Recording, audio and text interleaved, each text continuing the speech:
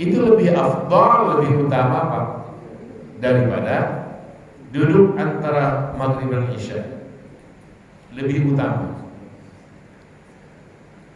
Karena hari itu Senin Kamis adalah hari di mana amal diangkat, disampaikan oleh malaikat kepada Allah Subhanahu wa taala.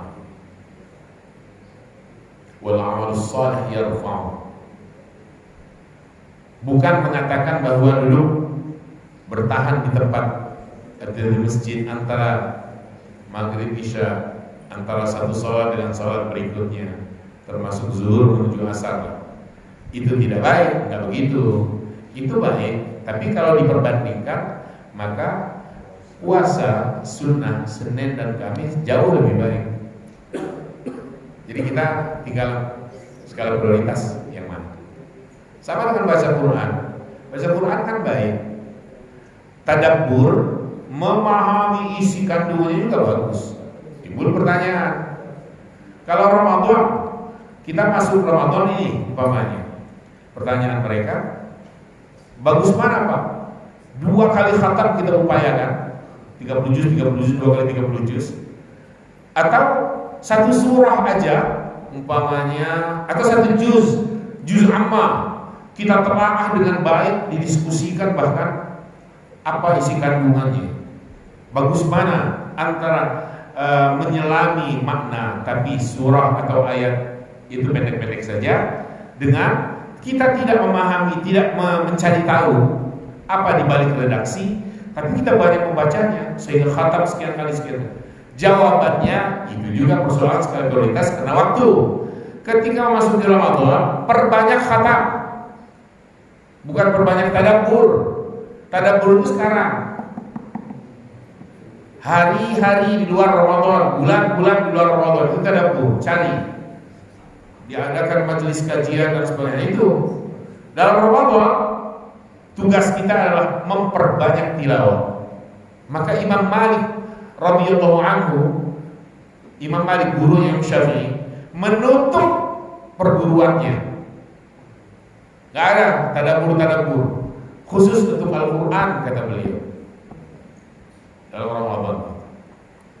Tapi bukan juga, jangan disalah artikan, wah tadabbur masa nggak baik? Baik. Cuma ketika dalam Ramadan masih lebih baik berbanyak tilawahnya aja. Itu perbandingannya itu. Lebih bagus memperbanyak khatam karena kita sering dalam perbanyak tilawah ketimbang sedikit surah, sedikit ayat tapi diselami makna di balik redaksinya. Karena bulannya bulan Ramadan. Itu Pak. Makasih. Itu Ustaz. Izin bertanya Pak. Ya. Tadi tertarik dengan yang goib itu Ustaz ya. Ya. Ustaz tadi sampaikan sejarah zaman dulu dari Nabi Adam sampai Nabi Muhammad itu adalah sesuatu yang goib karena kita tidak mengalami langsung Ustaz ya. Iya.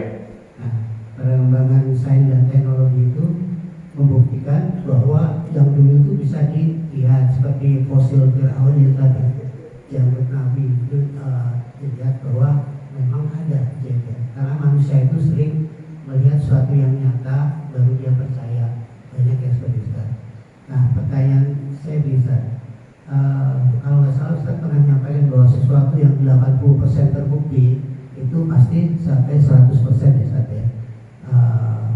Al-Quran itu sudah dibuktikan banyak sekali yang terbukti Ustaz. Seperti misalnya mengatakan bahwa bumi dan langit itu jadi satu dulu di Al-Quran. Ternyata teori Big Bang membuktikan itu saja. Sampai dengan bertemunya dua mata air di laut itu yang tidak saling membuktikan. Nah, pertanyaan saya tadi, apakah sampai nanti sebelum kiamat datang itu Al-Quran bisa dibuktikan 100% kan? Dengan Allah menciptakan teknologi modern. Terima kasih Ustaz. Terima kasih.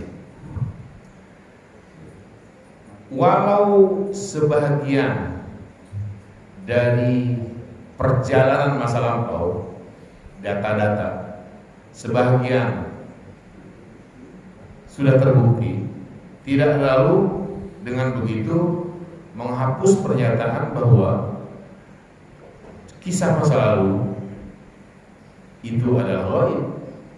Tetap pada posisi ghaib, karena yang dilihat itu adalah makro keseluruhannya, bukan satu demi satu. Karena ditemukan fosil Fir'aun, inilah, berarti sudah bukan ghaib lagi, tetap ghaib. Kita pernah tahu perahunya Nuh? Sudah pernah tahu? Pernahkah kita melihat? Kita hanya sampai pada titik bayangan kok, membayangkan keadaan bagaimana kaum Nabi Nuh dulu, ganasnya mereka menyerang ajakan Nuh menuju Allah Subhanahu wa taala. Jadi tetap dalam keghaibannya, walau beberapa poin mungkin sudah ada pembuktian. Pembuktian itu tidak membatalkan pernyataan bahwa peristiwa lampau tetap ghaib. Itu.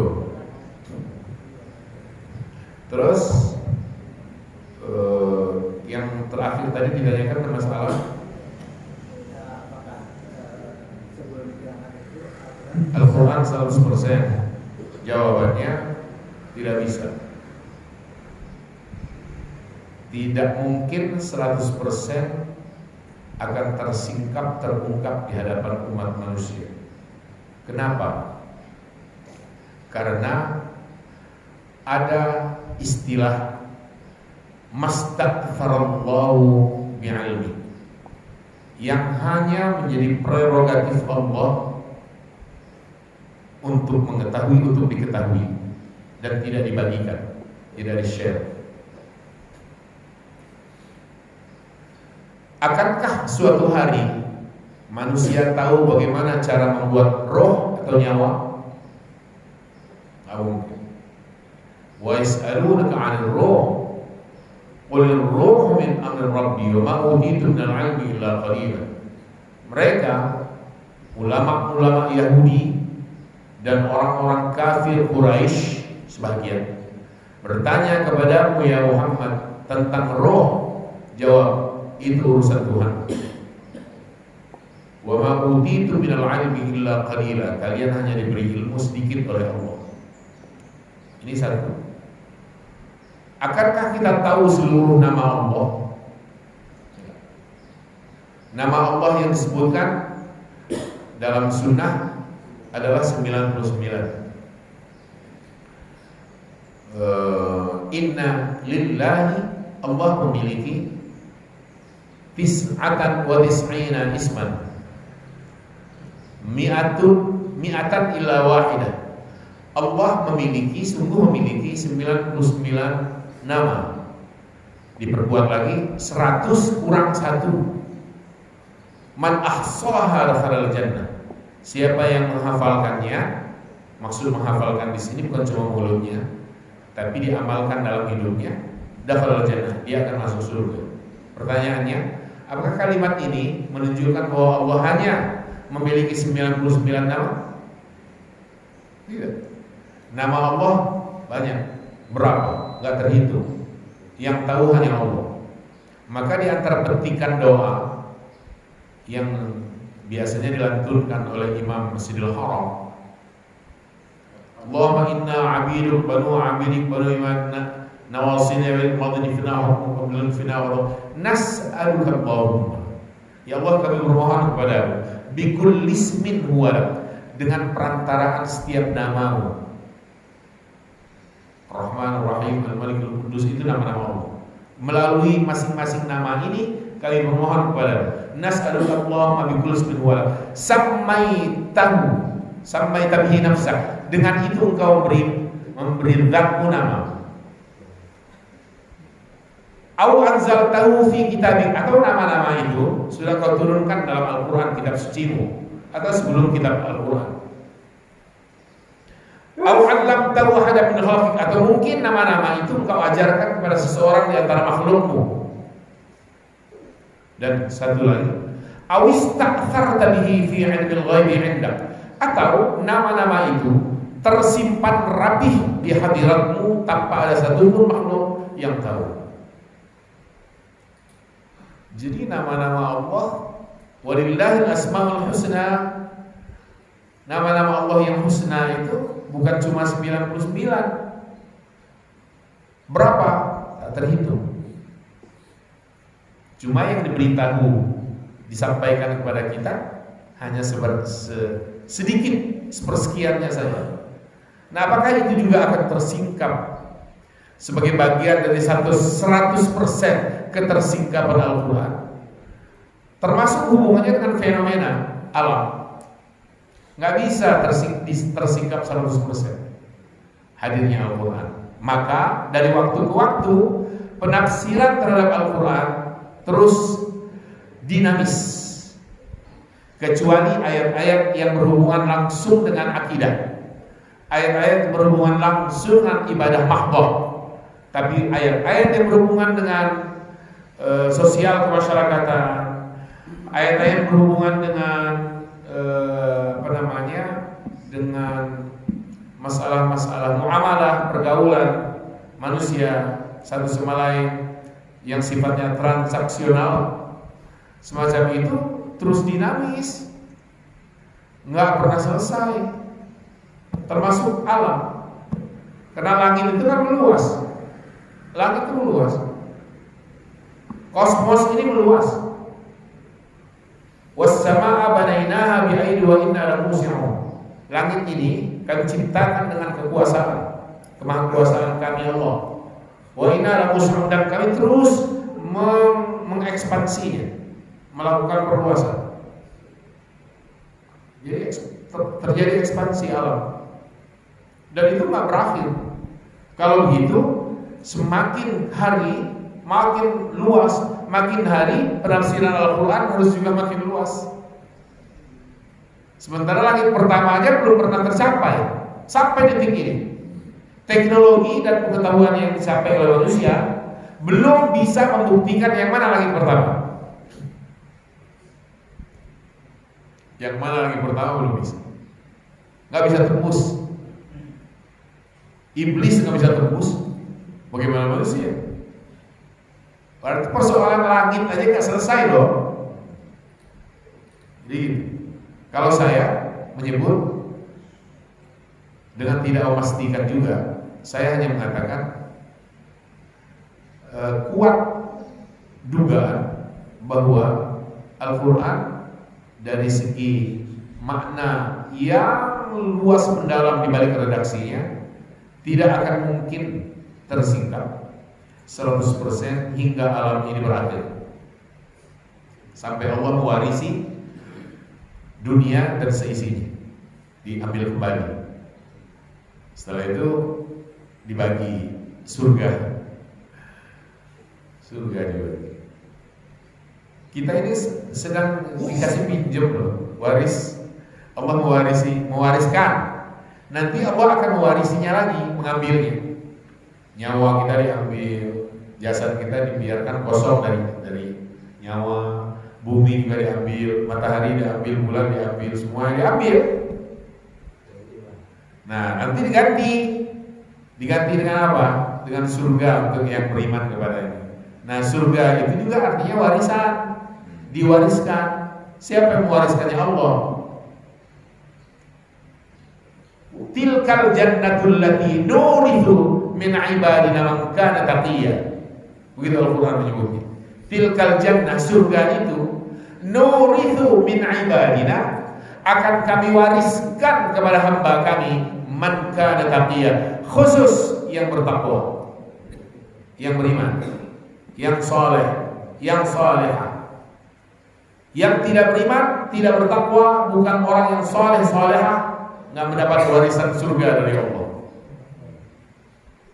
Diwariskan. Tilkal jannatul lati nurithu min ibadina man kana taqiyya.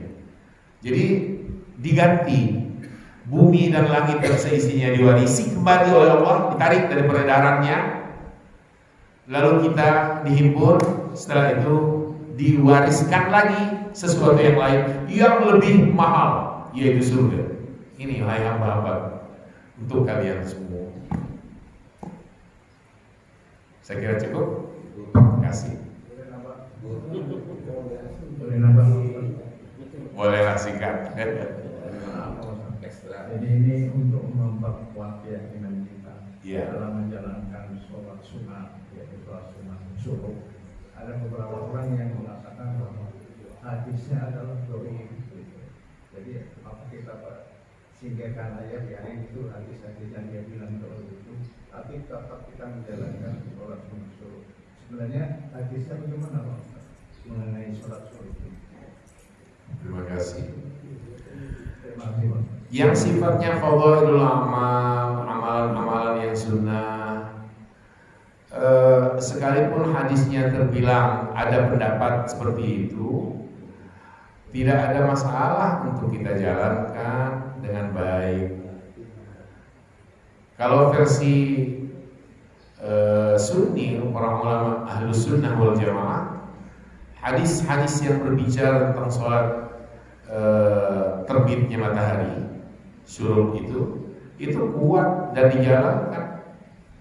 Masjid Nabawi menjalankan, Masjid Nabawi itu menjalankannya dan memerintahkan, menganjurkan kepada jemaah untuk terlibat menjalankan, maksudnya sholat syuruk dengan catatan jangan pas terbit matahari, naik sedikitlah matahari 10 menit, setelah itu baru kita sholat. Nah, sementara duha juga jangan terlalu pagi. Duha itu kan bagusnya pukul 9, pukul 10, itu bagusnya. Bukan jam 7, bukan setengah 8, belum duha itu namanya. Ya sudah duha sih, cuma masih terlalu awal. Duha itu kan artinya mulai terasa panas, sinarnya matahari sudah mulai terasa. Kalau kita berjemur di kulit itu sudah mulai terasa sengatannya. Nah, itulah waktu duha terbaik. Maka penghuni surga nggak akan terkena sengatan matahari.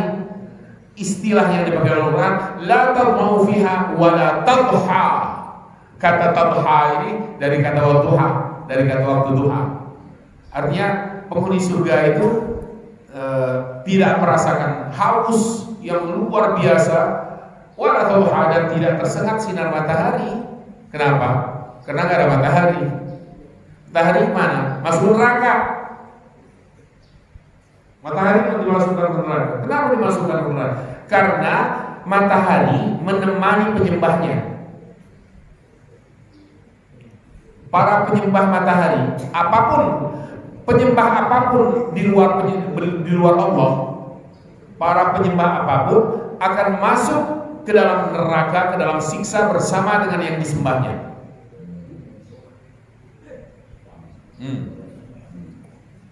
Yang menyembah berhala bersama berhala masuk. Yang menyembah matahari bersama matahari. Yang menyembah bintang bersama bintang.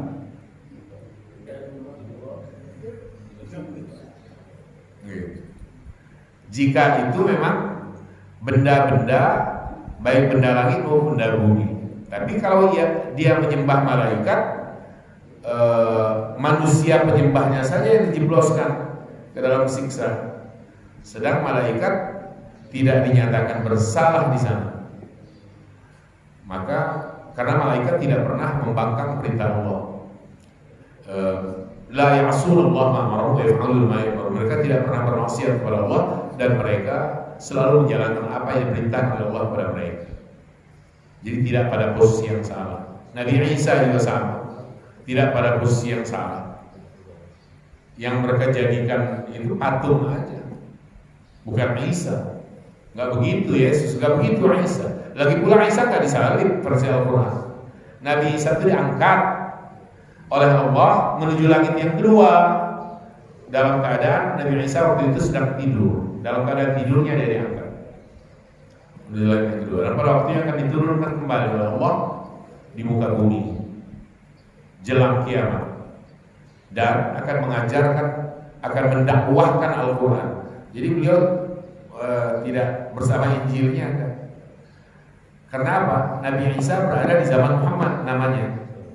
Padahal Rasulullah pernah menyebut tentang Musa Isa ini. Lau kana Musa hayyan lama wasa'ahu illa tiba'ah. Begitu juga Isa. Seandainya Nabi Musa atau Nabi Isa masih hidup, bersamaku ketika Al-Quran sudah turun kepadaku, tidak ada kewajiban dari dua Rasul ini selain harus ikut ajaranku Al-Quran dan meninggalkan Tauratnya atau perjanjian lama dan meninggalkan Injilnya perjanjian baru.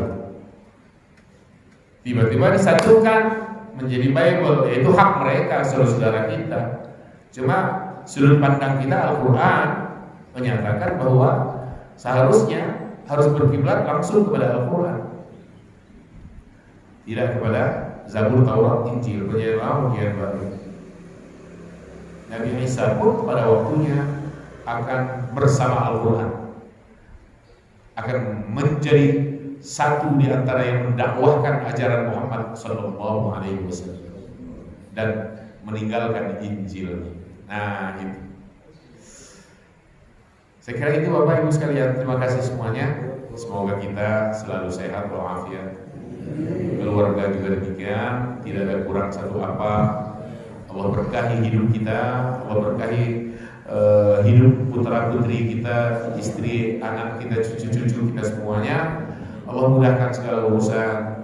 Allah jadikan kehidupan ini kehidupan yang baik, yang mendekatkan kita kepada Allah Subhanahu wa taala. Al-Fatihah. A'udzubillahi minasyaitonir rajim. Bismillahirrahmanirrahim. Alhamdulillahirabbil alamin. Arrahmanir rahim. Maliki yaumiddin. Iyyaka na'budu wa iyyaka nasta'in. Ihdinash-shiratal mustaqim. Shiratal ladzina an'amta 'alaihim ghairil maghdubi 'alaihim waladdallin. A'udzubillahi minasyaitonir rajim. Bismillahirrahmanirrahim. اللهم صل على سيدنا محمد وعلى ال سيدنا محمد والحمد لله رب العالمين. اللهم اجعل جمعنا هذا جمعا مرحوما وتفرقنا من بعده تفرقا معصوما.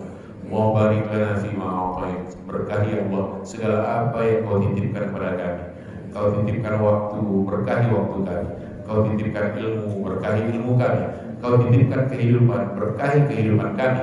Kau titipkan keluarga, berkahi keluarga kami. Kau titipkan jabatan, berkahi jabatan itu. Kau titipkan segala tugas dan pekerjaan, berkahi dan mudahkan segala urusan dan tugas-tugas kami ya Allah. Rabbana hab lana min azwajina wa dhurriyyatina qurrata a'yun waj'alna lil muttaqina imama. Allahumma arzuqna as-sihhata wal 'afiyah wal amna wal aman was sihhah was salam wal quwwah fid din wal dunya wal akhirah. Anugerahkan untuk kami ya Allah sehat lahir batin, juga keluarga kami semua ya Allah. Sehatkan lahir batin, kuatkan, sehatkan, selamatkan fid dini wad dunya wal akhirah. Rabbana atina fid dunya hasanah wa fil akhirati hasanah wa qina adzaban nar. Wa sallallahu ala Muhammad wa ala alihi wa sahbihi ajma'in. Subhana rabbika rabbil izzati amma yasifun. Salamun ala mursalin walhamdulillahi rabbil alamin. Wassalamu alaikum warahmatullahi wabarakatuh. Sallallahu